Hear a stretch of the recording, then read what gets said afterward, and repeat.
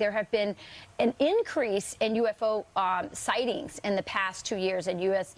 intelligence report is saying you've pushed for more disclosures about the UFO sightings when you were DNI head of the DNI.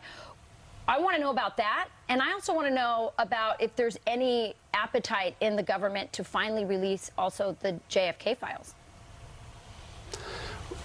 Well, when I became, shortly after I became the DNI in June of 2020, I was the first one to publicly acknowledge that there was a unidentified aerial phenomenon task force through the Senate Intelligence Committee, because I wanted there to be greater transparency to the American people about the number of sightings of things that are unexplained. And I know everyone gets caught up on alien life and all of that, but my concern as the Director of National Intelligence was, if anyone, foreign adversary, regardless of how you define foreign adversary, have technologies that the United States don't have, we need to find out more about that. And what we found that was Navy pilots and Air Force pilots were, discouraged from reporting that. They thought that it would impair their careers.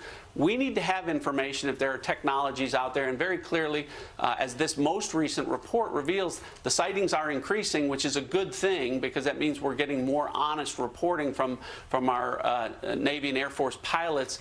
But it gives us more information. We need to find out when there are, and there very clearly are now, hundreds of unexplained sightings, meaning that there's no natural phenomenon involved, there's no visual disturbance, it's not clutter or debris or birds or anything else, but objects that demonstrate technologies that seem to defy the law of physics and capabilities that we don't have as the world's superpower.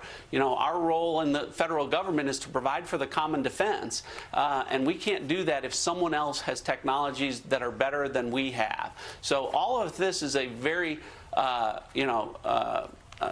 good development from my perspective, and I'm glad that they're pursuing some of the things that I was pushing as DNI. Your second question with regard to other classified information, I don't want to disclose conversations with former President Trump, but he did want to declassify the documents surrounding the Kennedy assassination, and there was some